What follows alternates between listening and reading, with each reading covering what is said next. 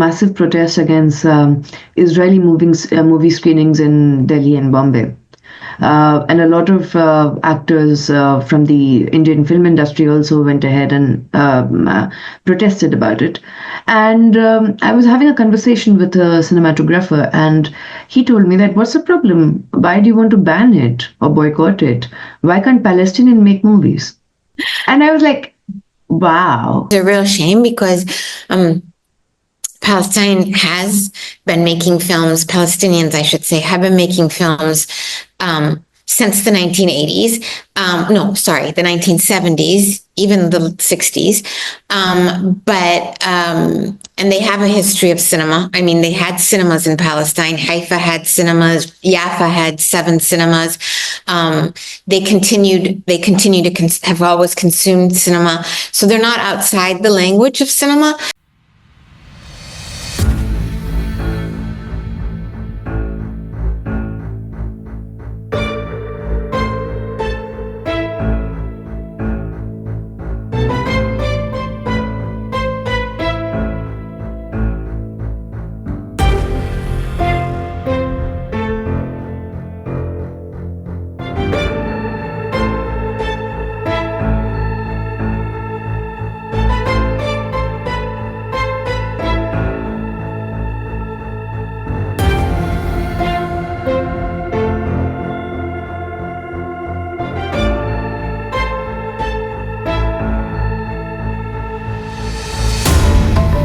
Good morning, good afternoon, good evening to different time zones that you're watching in. If you're watching it on YouTube, I would request you to please like and subscribe. Today we are talking about the role of film and heritage, which includes archaeology and collective memory, in erasing and saving the Palestinian story. And for speaking about this, we have my friend who has, first of all, been a very strong mentor for Middle East Insights from the time that we started. And her name is Alia Yunis. She is a visiting associate professor of film and heritage studies at NYU Abu Dhabi. You should know where Abu Dhabi is, right? And then she's also producer and director of The Golden Harvest, author of The Night Counter. She's many things. And I would not do justice in the introduction at all by even trying to go into the depth of her experience. So, ma'am, first of all, thank you so much for being here. And my first question to you is that now the ceasefire has started. How do you scrutinize it? Does it have any longevity? Is it sustainable? And what is the role of language in the ceasefire? I think about the language part a lot. I mean, even the word ceasefire is incorrect, right? Because a ceasefire assumes a war of equal quality, of quantity, of equal weight. And this is not a war. This is an attack on civilians, essentially. And so to call for a ceasefire is a bit of a misnomer. It's a halt to hostilities, I would say. It's a halt to a genocide, or a pause, let's say, to a genocide, because we don't know what's coming next. But I think it's a bit strong to call it a ceasefire. Obviously, I think, like all Palestinians, I'm super happy that the people of Gaza can breathe a little bit now. They can eat, they can wash their hands, they can do, they've had almost nothing human to do for the last several months. They've been so deprived of everything. They can get medicine to heal their sick. They can begin to process the complete nightmare of what they have been through in the last year and a half and where to move forward. But I don't think there is a cause to celebrate aside from that, aside from those humans in Gaza getting a chance to breathe again. I don't think there's any solution that's happened. I don't think that there's any progress that's been made in bringing the Palestinian people justice.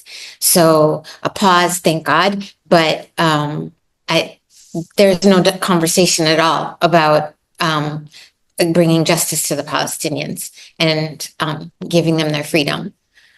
Yeah, So it's completely deplorable. And what Qasim brigades did, not that I support Qasim brigades, but what they did, there was a massive asymmetry on the prisoners and the hostages that were released. And what Qasim brigades did was that they fed the Israeli hostages well. With they were in warm clothes, they were smiling. They also got a graduation certificate, a map of Gaza, and a gift bag that all three of them took to IDF and to Red Cross. And then the next thing was, if you compare Khalida Jarrar, who was arrested soon after October 7, her video, like her entire hair has completely turned white. She was put into solitary confinement. There was no air that she could breathe in the room. There were no windows. And she said that often what she used to do is she used to lie on the ground and try to breathe from the crack under the door. And this kind of asymmetry is very hollow, especially because there is this comparison of human lives.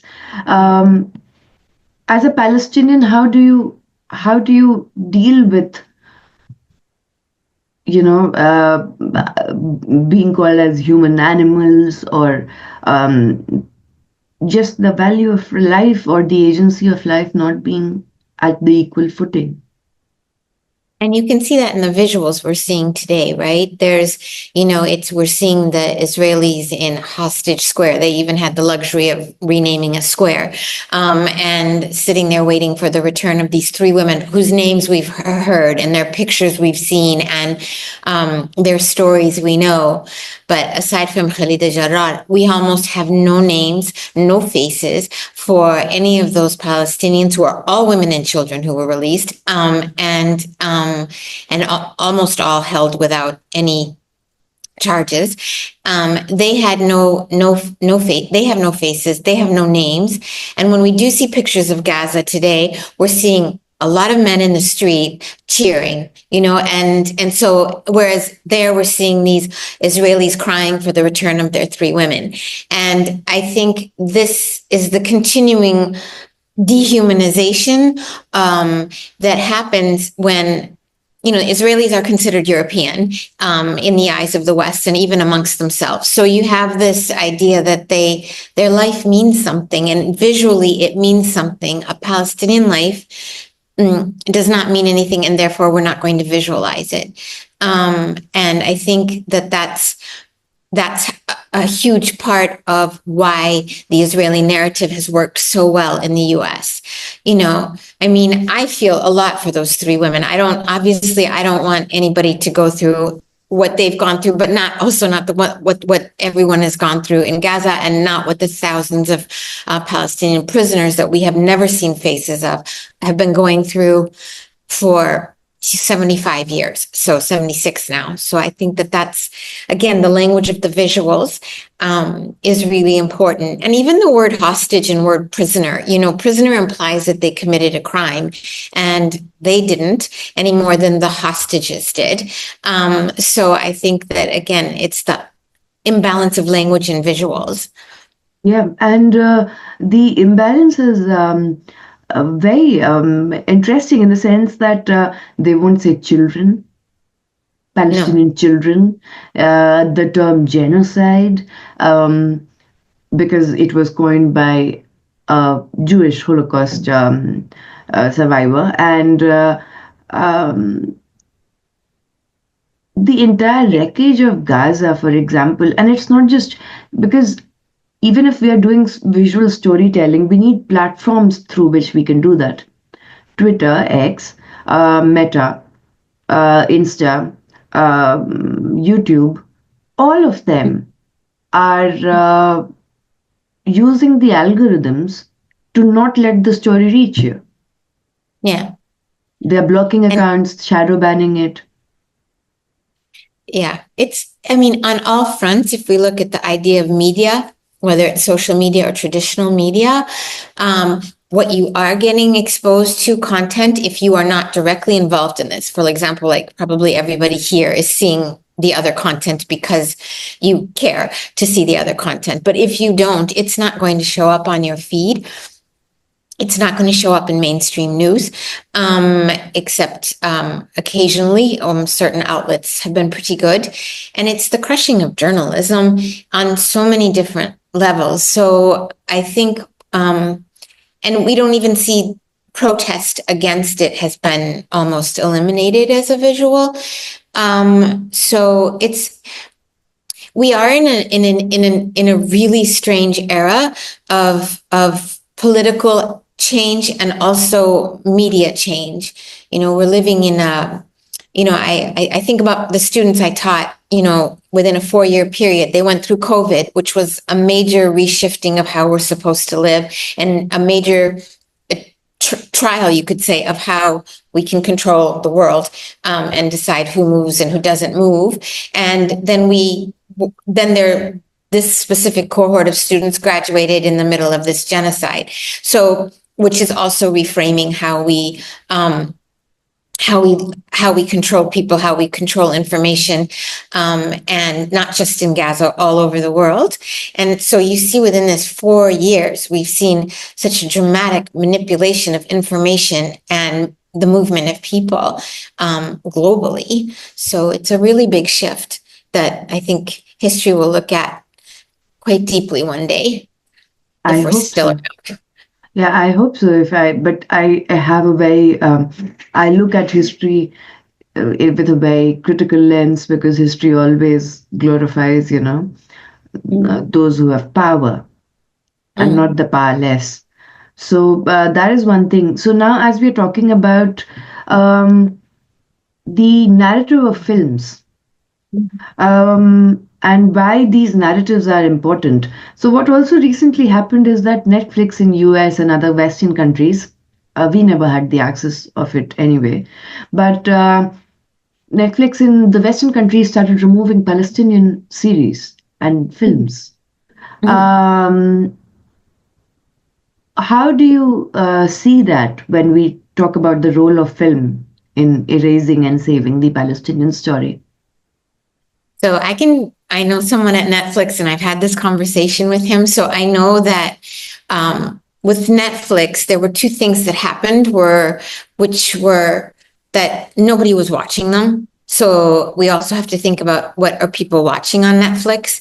So when nobody's watching them, that's a reason for Netflix to say, okay, well, it can go off, especially if the license is finished. And a lot of them, the license finished, and there was no need to renew them. So between public pressure and them arguing nobody was watching them, they were able to say, well, then they don't need to be on the platform. But when it comes to film, Arabic film, or anyway, outside of Hollywood and Bollywood, there aren't too many mainstream cinemas that have global reach. But when we look towards when we look at where can you access these films, that was a huge step when Netflix did have them on. So I'm not defending Netflix, but I think it could justify it. It probably had a lot of pressure to remove them. I don't know, but it had reasons it could justify, which was nobody was watching them and the license was expiring. Yeah. And I think that there are ways to access Palestinian films, but you have to want to look for them outside the mainstream, because even the Arabic channels don't host very much Palestinian cinema, almost none, quite honestly. They go for the lowest common denominator in very basic, I'm not trashing Egyptian film, but this kind of industry film. There's a lot of good cinema that comes out of Egypt also, but so they're having to it's hard to find a place to watch them, but if you want, I can give you some places where you can watch. But that's the thing, people have to make the effort. It's not anymore that you can go to Netflix and turn on your TV and get it. Yes, so we have destroyed the easy access to it. So it is a real shame that Netflix made that decision, and Amazon doesn't do anything. All the main ones don't play any Palestinian films. So that's in fact, I think last year there was a massive protest against Israeli movie screenings in Delhi and Bombay. And a lot of actors from the Indian film industry also went ahead and protested about it. And I was having a conversation with a cinematographer, and he told me that, what's the problem? Why do you want to ban it or boycott it? Why can't Palestinians make movies? And I was like, wow, this is the kind of knowledge that is there. Yeah, and it's a real shame because Palestine has been making films. Palestinians, I should say, have been making films since the 1980s. The 1970s, even the 60s. And they have a history of cinema. I mean, they had cinemas in Palestine. Haifa had cinemas. Jaffa had 7 cinemas. They continue to have always consumed cinema. So they're not outside the language of cinema. And they've made films despite everything. I mean, I don't know. Would you like me to give you a short history of Palestinians? Yeah. So you have, of course, they had 2 forms of cinema before the creation of Israel, and this could have been similar to many places.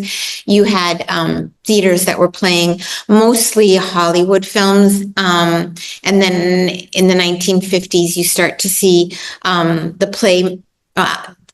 So all the theaters obviously are destroyed in 1948, and they become Israeli cinemas, and they're not accessible to Palestinians. You have traveling cinema that happens within the villages where movies, either Egyptian or Bollywood movies, were traveling through Palestine. And you also had, and then later on in the 1970s, Palestinians living in 1948 in what we call official Israel were allowed to go to cinemas. And the West Bank and Gaza, no cinemas. There were a couple of attempts on the West Bank, but I believe none of them, those 2 cinemas don't exist anymore. So you had a culture of going to film. But then what happens in the 1960s when you get the PLO and the revolution, let's call it, starts, the Palestinian conscious revolution against the occupation, you see something called the Palestinian Film Unit, and it was a part of the PLO, and they produced a lot of documentaries. One, Ali, I'm blanking on his last name now, was one of the most, I can see Dale is here. Dale, if you know who who I'm talking about, put his name in the chat. These people created documentaries. They worked only in documentary, and they focused on the idea of revolution and the Palestinian revolution being in sync with the other revolutions that were happening, Vietnam and Cambodia and other things that were happening in the world at the time. And they were in solidarity with them. And those films carried on until 1982, until you had the Israeli invasion of Lebanon, and one of the great mysteries of the dismantlement of the Palestinians in Lebanon in the refugee camps in the PLO is what happened to that film archive. It's still a mystery. One can assume the Israelis destroyed it, but it was never found. And that was all the Palestinian cinema that had been made up to that point. And some of it does exist. The wife of Ali Abu Mustafa, that's the name I was looking for. She has a lot of them. So that was that. Then in the 1980s, outside of Lebanon, and outside of the camps, you start to see a fiction cinema develop, with the Israeli Palestinians, the ones in the 1948. Michel Khleife, if you ever have a chance to see his films, And he also worked with documentary. He worked with both. But the problem with those films is they make an assumption that you already know or care about the Palestinian situation. So they're not really made for a general public. Even A Wedding in Galilee, which is like this spectacular film he made, if you have no context for the Palestinian story, it's a little bit hard to follow. So that's a flaw of the narrative films. But there's so many documentaries that have been made also. And you just, like all documentaries, it's hard to find them. But there's also another issue around the Palestinian filmmaking is the financing of it.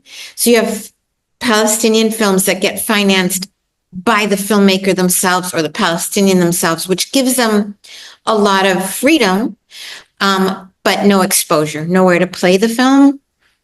But most of these films you see now that are Palestinian films that do very well in the film festival circuit, they, like Anne-Marie Jasser's films, come to mind the most quickly, they have a lot of European funding.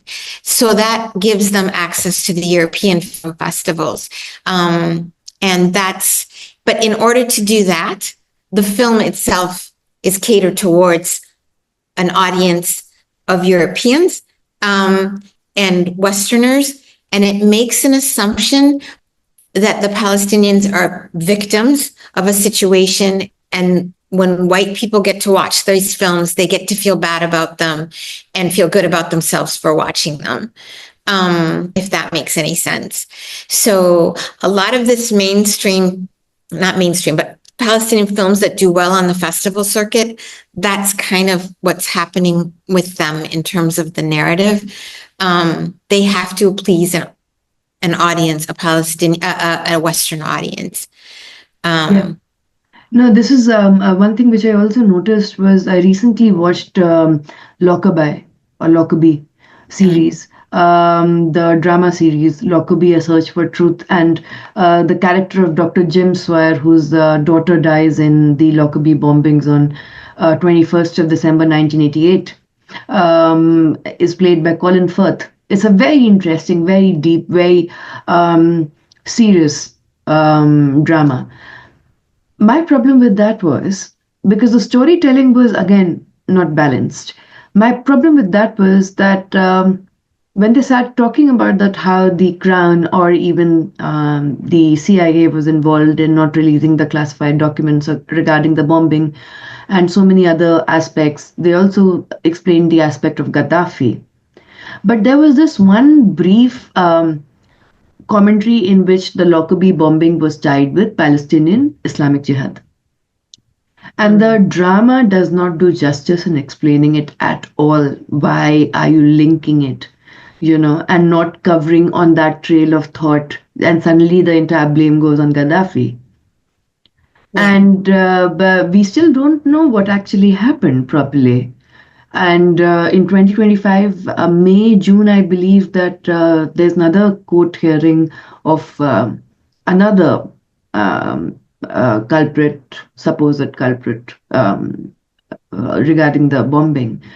So that is one problem that I have with the Western storytelling. It's like you're labeling it completely as the label of terrorism in such a simple and nuanced way.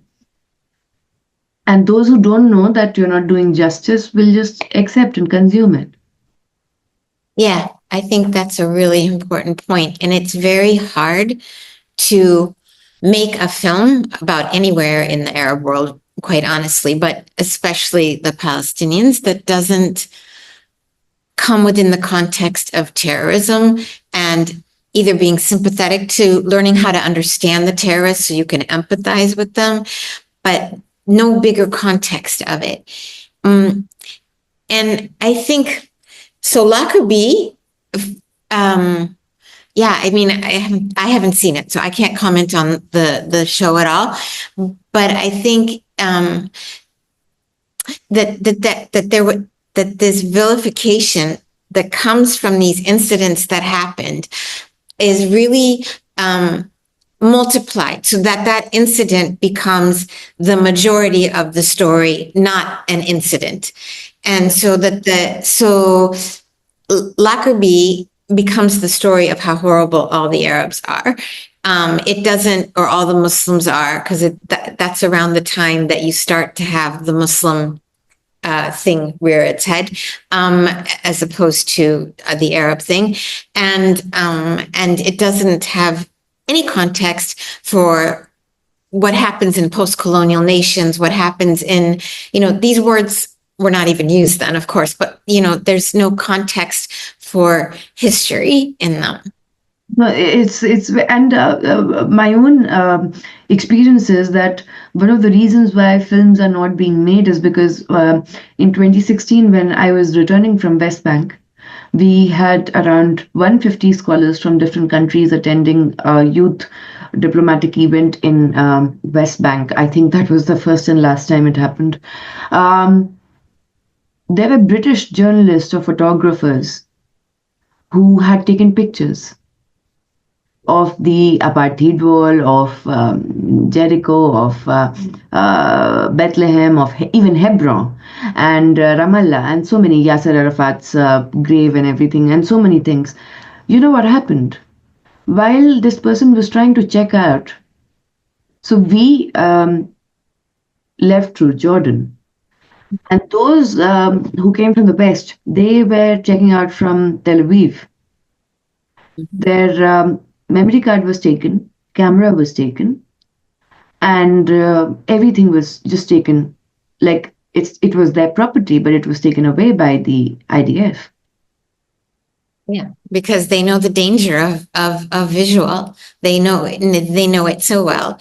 And I think we always talk about the wall and the checkpoints and the horrible things that are photographed. But I think it's really important to remember the beautiful things that are photographed, because they're also being destroyed. And I think we have to think about the landscape of the land, and the heritage of it. So, for example, I saw a documentary recently that was made in the 1970s, I think, and I'll get you the name, but it's going. And I saw it only a couple weeks ago, and it's filmed in the West Bank. And the last time I was in the West Bank, which was 2018, and I was filming there, that landscape, that very same spot that documentary was filming in the 1970s doesn't exist anymore. And I'm sure whatever I filmed in 2018 a lot of it doesn't exist anymore. So there was this shot in that film that made me just cry, that was filmed in the 1970s, and it's this village, and all around the village, it's surrounded by olive trees and pomegranate trees, and it goes on and on.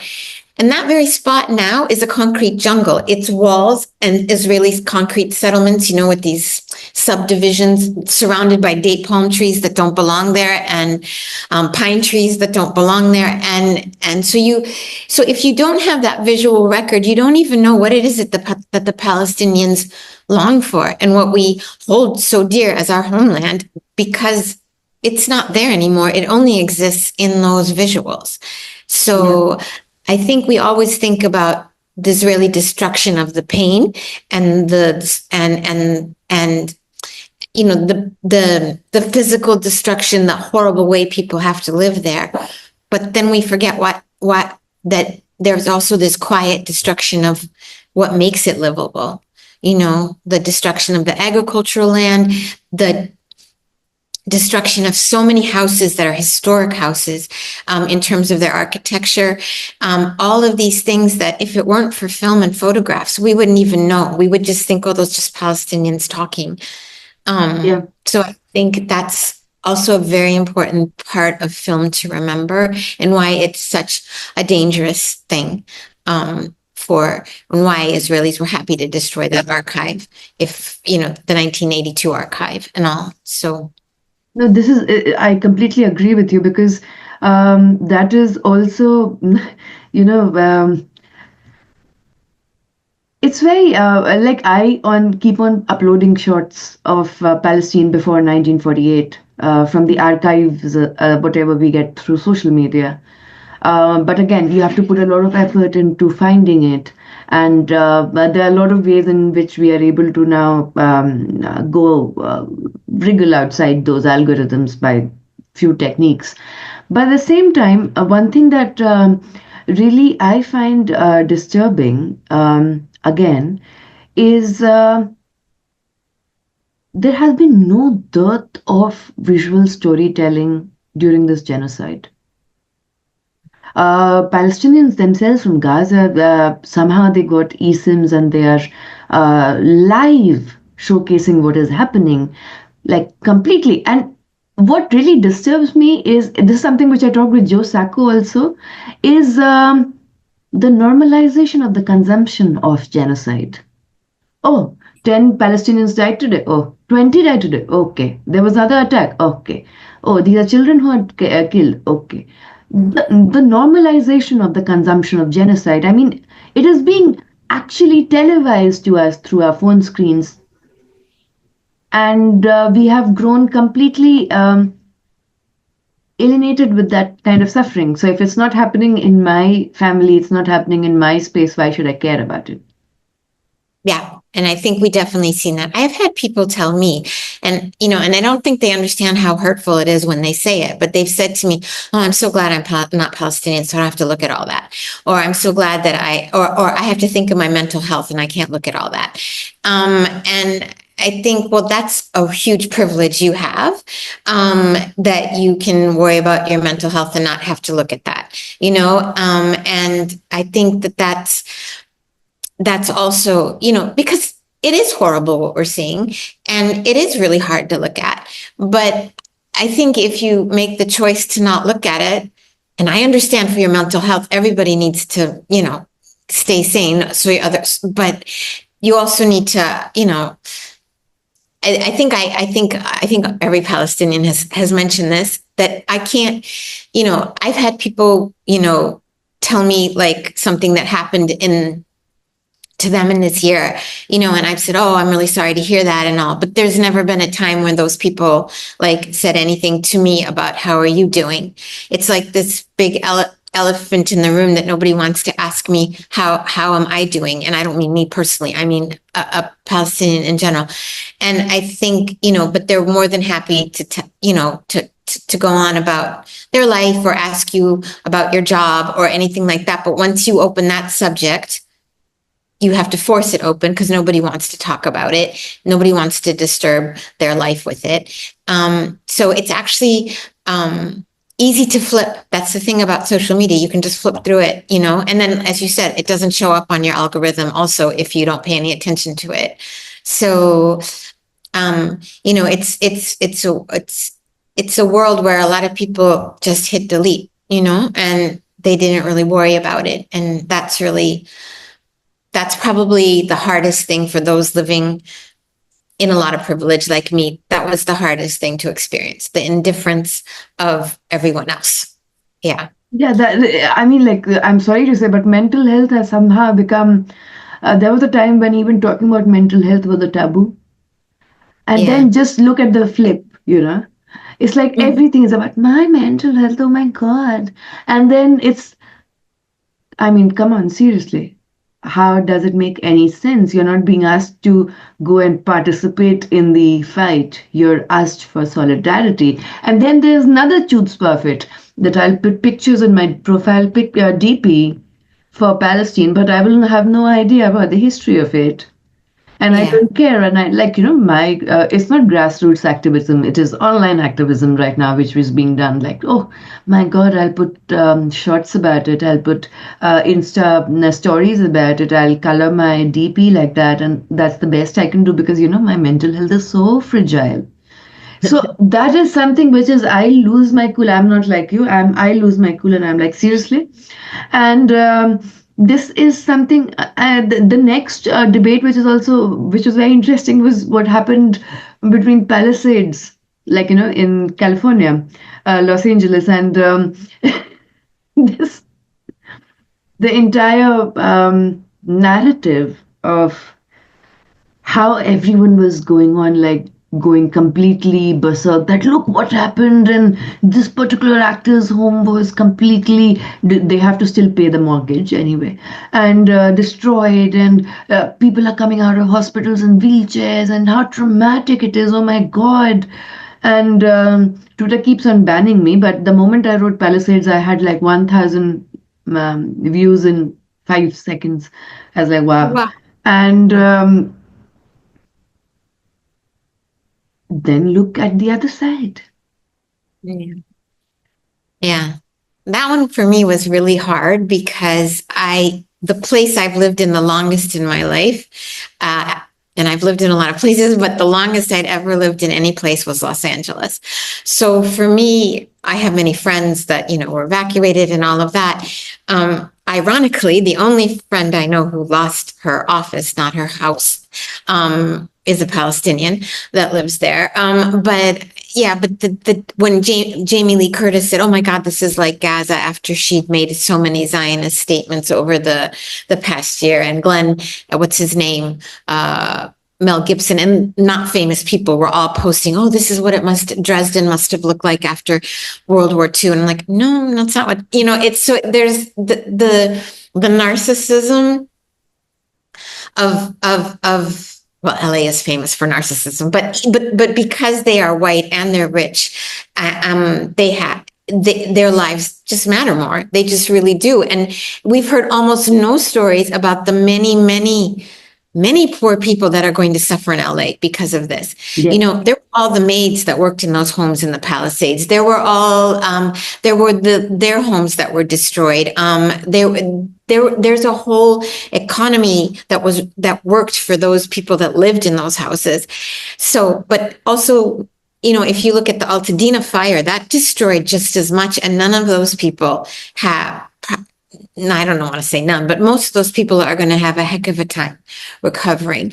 And when and then people in LA were getting so angry about the comparisons to Gaza and how the world reacted to Gaza versus how they reacted to the Palisades.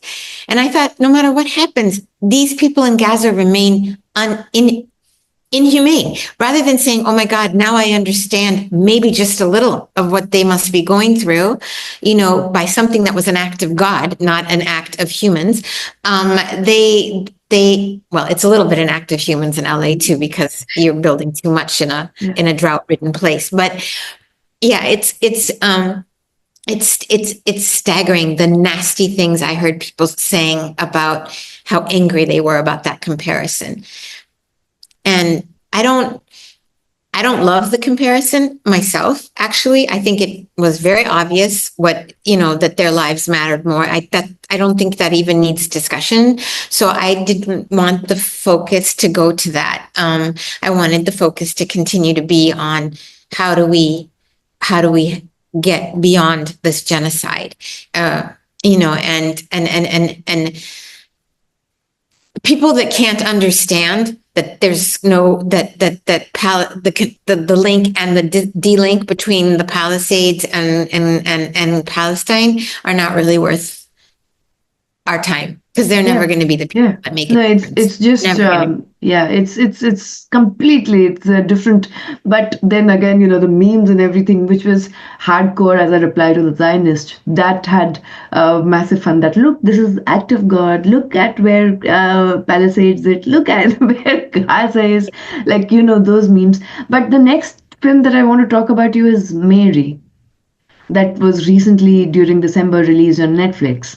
And there was a massive debate that happened on that, Virgin Mary, on her life. And so one narrative was that if Jesus was to be born today, in 2024, 2025, there's so many checkpoints, he wouldn't have been able to go to Bethlehem at all. The other debate was from the Zionist side that, you will call Jesus as a colonizer and a white European, and you don't even care about all of this. And I was like, just a second. Jesus was a Mizrahi Jew, no? He was not an Ashkenazi or a Sephardic Jew. So how can be a colonizer? He was a Mizrahi Jew. So that was another, why is this actress playing? She's Jewish. She, there was so much of debate that was good for the series. Like, for the movie. But it also made me realize that how limited is history understood. With the lens, the understanding of religion and history to play the devil's card and, like advocate, and then use it to justify. Because, for God's sake, we are not even ready to call it a genocide. No.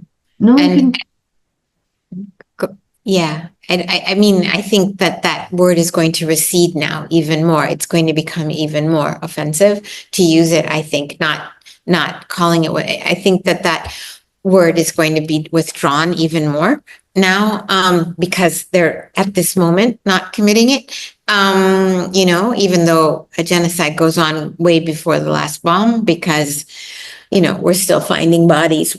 How do you deal with these kids who have no limbs? I mean, that's also genocide, right? So I think that, and the religious one is a real, I have no words to explain the whole thing with religion and the whole idea that Jesus is somehow white. And he always has blue eyes and it's offensive to people to think that he could have looked somehow different. And I don't know if you went in Nazareth to the church there, and you have these pictures of Jesus up all around, that every country contributed their image of Jesus, and everybody's image of Jesus is in their own image, right? So like, Honduras, Jesus looks like a Honduran, and all of this. So there's also this idea that, that even keeping Jesus Arab or of that region or something is a problem for everyone, but it's really a problem for Europeans. And I don't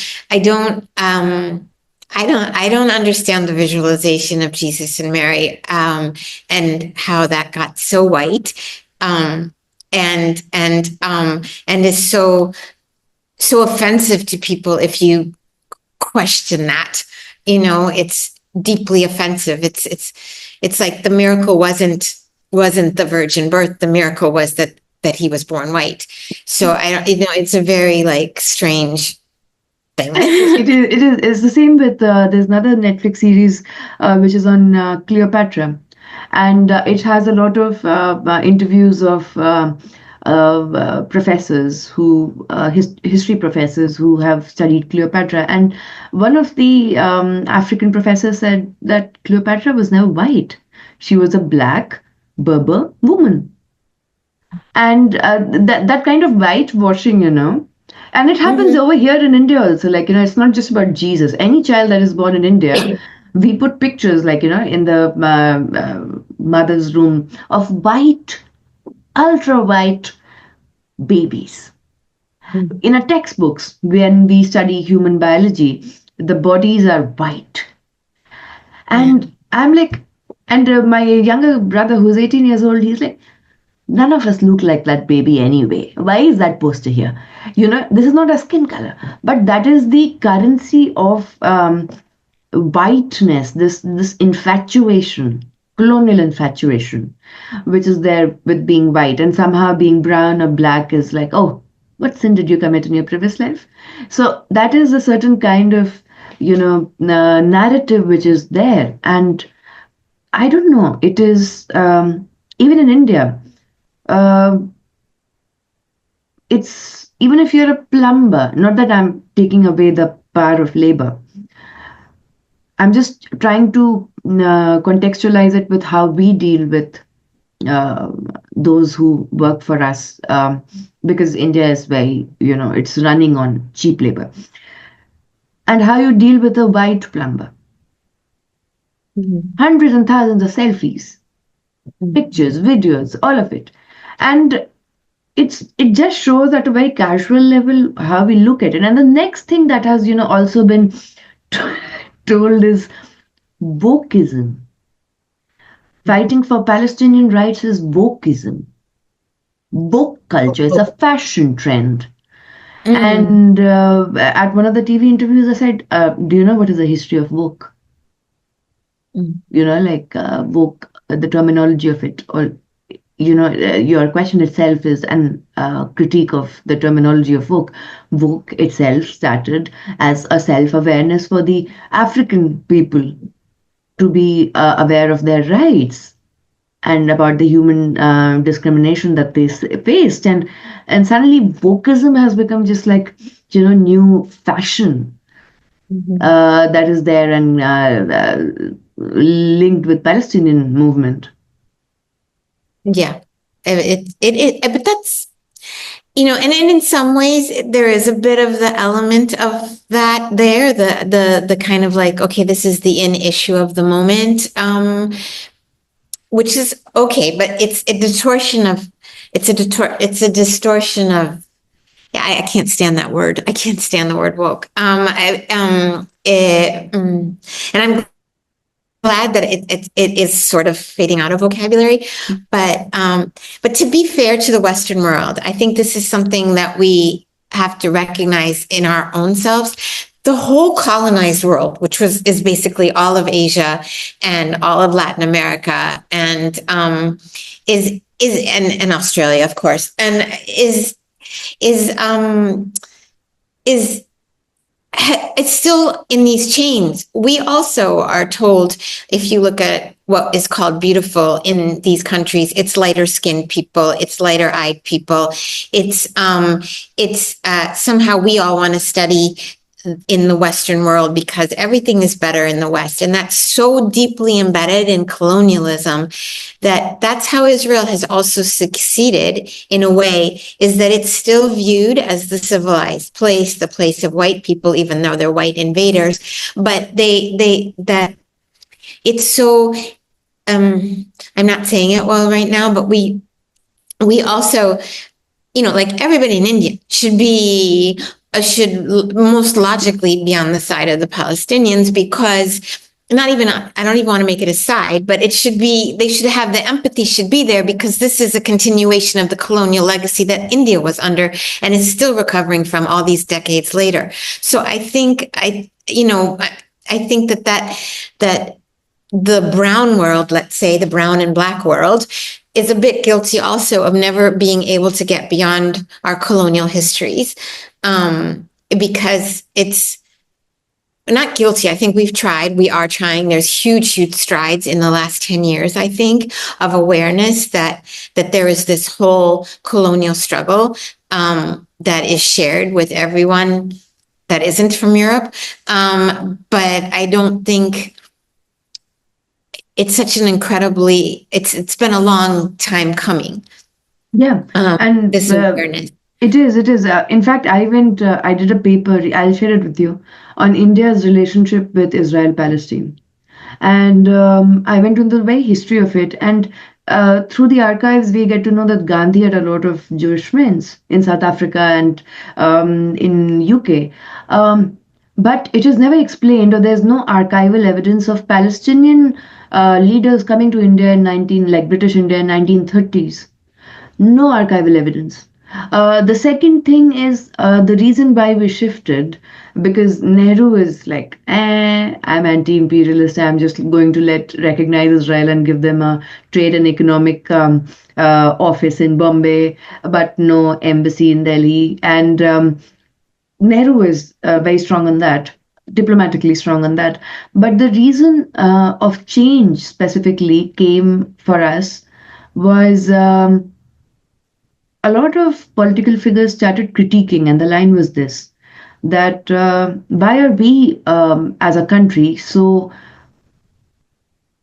why do we talk so much about 8 million, 10 million Palestinian refugees when the Arab leaders do not talk about our partition refugees? They don't talk about Bangladesh.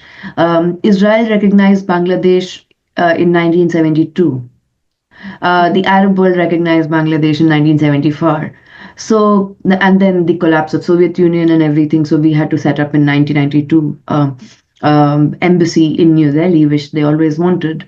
And that slowly started changing. Right now in West Bank, There's a 800-year-old Sufi shrine in Jerusalem, which has now become Jerusalem Health Center, and it gives a lot of aid to refugees in West Bank. And its recent picture was shared to us by UNRWA director, whom we interviewed. But my problem again is with when we come back to the language of the ceasefire, when UNRWA itself is not being allowed to function, how will humanitarian aid reach? And the second thing is that everyone went furious about Sadnaya prison in Syria. Are we ready to see how many skulls and bodies are dumped beneath the rubbles? Are we ready to even see that? The torture chamber, Dr. Hussein Abu Safia, he's in Ofer prison. He's been critically injured and tortured. We don't talk about, like, we have no idea how he's surviving. There's no electricity in Gaza. Children are dying because of hypothermia. And the smallest coffins are often the heaviest. Yeah. And this kind of apathy, and for us also, it is a Islamophobic issue. Mm-hmm. And the other thing is also this kind of narrative that, no, we are very pro-Israel, is often coming from high caste Hindu families. Yeah. I mean, I guess if I were to go back to what you said about the Arab leaders and the other Arab countries not doing anything, I think that that's a criticism that is shared, but I think maybe I'm not going to address the caste system because I'm not in a position to do that. But I think that you have also within elite or well-off Arab countries an agenda that doesn't necessarily align with all the poor Arab countries. And again, I think this actually also goes back to colonial legacies that, if you have the money to be affiliated with the European shininess or the Western shininess, then why do you want to attach yourself to these people? And when you can sort of not and carry on with your business and your own growing success. And I'm talking about, I have to be careful what I say on this, but so there's no benefit for a wealthy Arab country to come and defend their fellow Arabs or their fellow Muslims, however you want to look at it. There's no benefit except humanity. So their idea of humanity is let the others destroy, we'll come in and fix. But rather than, and it's a whole cycle of business. Also, I think we have to remember that this is a business. This is a huge amount of money that goes around in the destruction and rebuilding of Palestinian land over and over again. There's huge companies everywhere in the world that become extremely wealthy from this business of destroying and repairing. So I think, and those wealthy countries are in that position to be part of that purpose. So I think, again, we have to stop thinking all the time, oh, these are Arabs, these are Indians, these are Africans, these are Chinese. We have to think these are people that have this history, that whatever their ethnicity is or their religion is, I understand it because I have my own history that can understand that. Or I'm one step away from that happening to me, because really everywhere in the world, everyone is one step about what's happening in Palestine and Gaza. If anyone thinks that's somewhere far, far away, it's possible almost everywhere in the world now for these situations to happen. So I think, they're not happening, thank God, but we're not in a world where it's far-fetched. So I think that people that have to stop always thinking, oh, well, those are the Arabs and that's the Arab people's problem, or those are the Muslims, that's the Muslim people, or that's the Native Americans and that's the Native Americans' problem. It's It's not. It's the problem of everyone that isn't in the 10%. And I don't know if that makes sense, but I think we're getting closer to a situation where it is No, it's easy to buy yeah. the 90% by always telling them, oh no, you're better than the Arabs, or oh no, you're better than the Muslims, or you're better than the Christians, or whatever. And it's just divisive while the 10% just get richer off of you being all divisive. Yeah, I mean, like, just think about why US banned TikTok. I heard some teenage girl set fire in one of the cabins or offices of a senator also today within like 15 hours of the ban. Anyway, why was TikTok banned? The reason was because TikTok had that kind of algorithm where you were able to see Gaza, you were able to see West Bank. And the silent annexation of West Bank is completely like Trump coming today in power. And Yeah. if there is no assassination, and however it goes, things are going to get really, really worse because be it from Syria or be it from West Bank, Golan Heights, whatever, they're not going to get back. They're taking over so much of water. Yeah, there's The water apartheid is very strong. And one thing which I don't know what about, I think it's capitalism because we have been so alienated with each other and our yeah. own labor that it doesn't really, till the time it's not happening to me, why should I care? Yeah. Oh, I think we're definitely moving into a world where everything is about capitalism, really, not about nationality, not about religion, not about anything. It's going to be about, the haves and the have-nots, which is a cliche to use, but it's pretty much, and the have-nots can either choose to align themselves with each other or just, fight each other or whatever, or ignore each other and just fight for the crumbs that are going to be thrown down to them by the people that are at the top of capitalism. So that's more what I feel. And that's why I feel Gaza matters, because it is the story of this really capitalistic world we're getting into. Why does Israel exist? It exists only because of financial means. And it's propped up by financial means. But so it's a very capitalistic situation. And I think those people are mistaken to think it couldn't happen to them, because it is happening already. Yeah, in it is. different ways.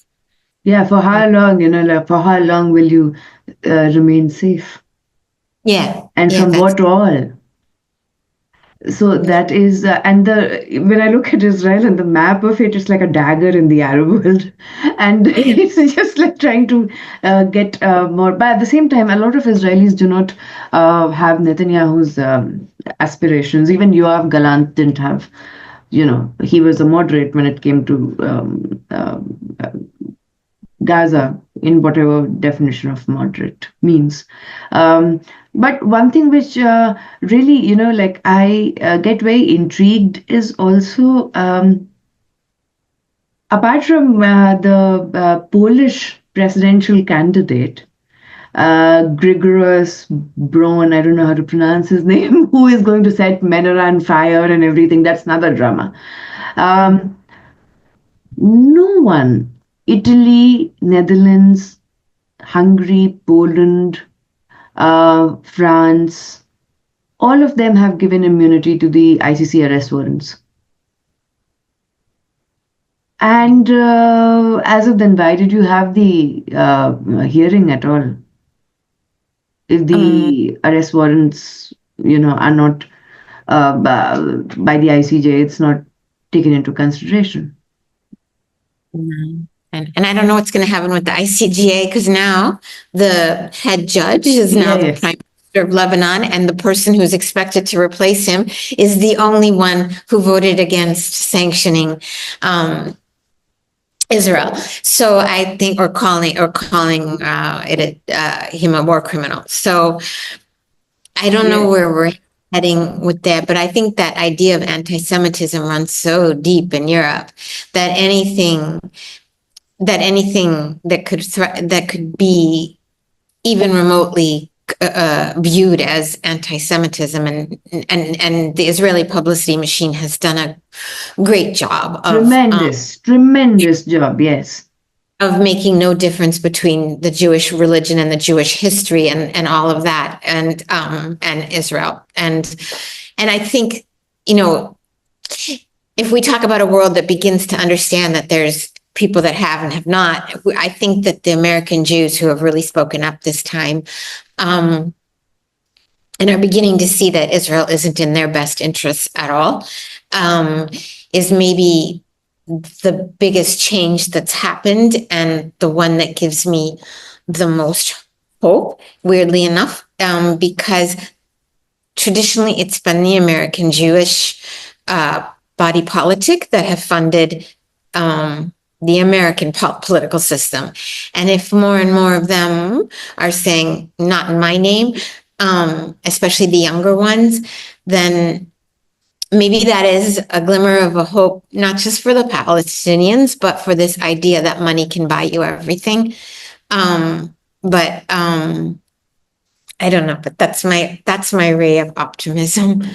Now today, even breathing is anti-Semitic. If you breathe, you're anti-Semitic.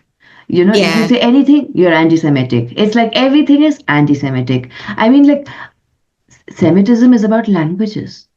Yeah. It is not, and being against an Arab is also anti-Semitic. Being against an Aramaic is anti-Semitic. Being against a Hebrew-speaking person is anti-Semitic. So, but everything you say is anti-Semitic. So recently, when I was talking about how JD once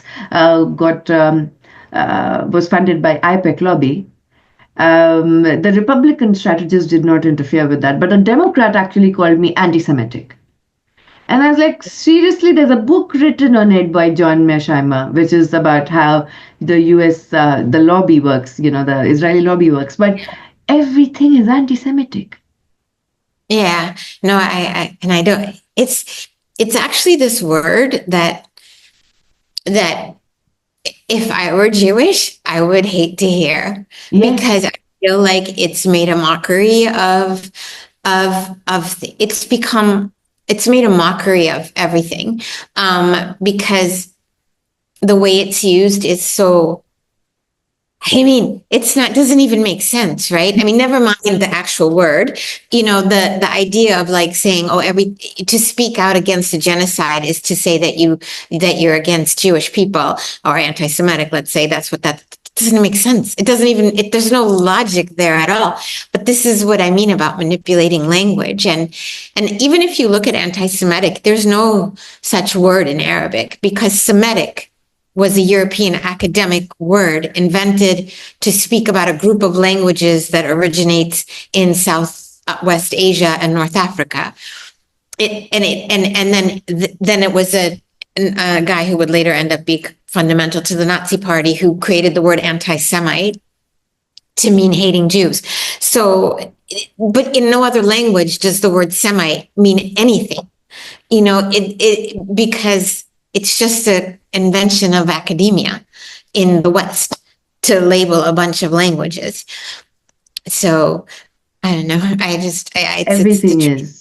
It reminds me of E.H. Carr's book, What is History, and how terminologies become facts and are repeated to become truths. And everything is, and I felt very, I was like, yeah, finally I was called an anti-Semite. But anyway, but the point is that actually there is a X account, and I'll ask all of you to check it out. It's Torah Judaism. They're also trying to open an account on YouTube in which they actually talk about Jewish religion and how they are not with Netanyahu, they're not with the state of Israel, they're not with the Zionist. And they teach about Judaism and they go on protests. Like, imagine hardcore Hasidic Jews going to the protests and going with the slogans. So that's also very empowering. And along with how Sam Husseini and Max Blumenthal were thrown out of Blinken's last press conference, and the anger that it created. And now everyone knows what IPEC is. Everyone knows the Israeli lobby is. No one actually knew so much before, say, 2 years back. But now everyone knows. Yeah. I mean, I think that's, I mean, the world is more informed than they were 2 years ago. Yeah. I don't know what they want to do with that information, but they are more informed than they were before. So yeah, and I think that everything is out there to learn more, whether it's films, whether it's books, whether it's TV shows, it's all out there. It exists in archives, but nobody has access. You have to look, and even social media that's supportive of the Palestinians is sometimes incorrect, because there's so much lack of fact checking and all of this also that we have to be like super hyper aware of our media consumption right now. I've seen so many things that are posted by someone who, with all good intentions, is repeating something that's just not true. But it's just all with good intentions. But, the truth is bad enough. You don't have to be posting things that aren't even true. So, just check your info. No, but it depends who are funding them. All of it. Nothing is done, Yeah. it depends on who is the power beneath the power. So with this, ma'am, I would like to really thank you for not only this talk, but I think since Middle East Insight started in August, and we have finished almost the 80th interview that we did. And in these 4 months, 5 months, you have been a very strong pillar of strength for me, especially during very difficult times when I was massively triggered about many things. It was somehow you managed to calm me. And a few of my Palestinian friends are like, Habibti, Trump got elected, no bombing for 2 days, be happy. So that kind of, that is something which it really helped. And you also guided me in how to think about the situation. So your talk is just not an event. Your mentorship has been a process for me. I didn't even know I did any of that. So thank you. Yeah, no, you did that. You did that. And I'm very, very thankful. And this is what I would like our members to know. And it's difficult to continue to speak and at the same time to continue to listen. And somehow your presence has, in the past 4 or 5 months, has really given me this understanding of how to think, which is an art. Thank you. Yes, it is. Take the compliment. Habibti, Rohi. And Ankit is saying, Thanks. Ma'am, it was a great and insightful session. Looking ahead for more insightful sessions with you. Ankit is saying that. Thank you, everyone. I will edit the podcast and I'll upload it on our YouTube channel. I'll share the link with all of you when it is done. Give me a week's time. There are 5 podcasts that I have to edit and upload. So thank you so much, ma'am. And thank you, everyone. Go and watch the inauguration if you want not to disturb your mental health or to disturb your mental health or whatever happens. And have a good night. Good night. Thank you. Bye. Bye.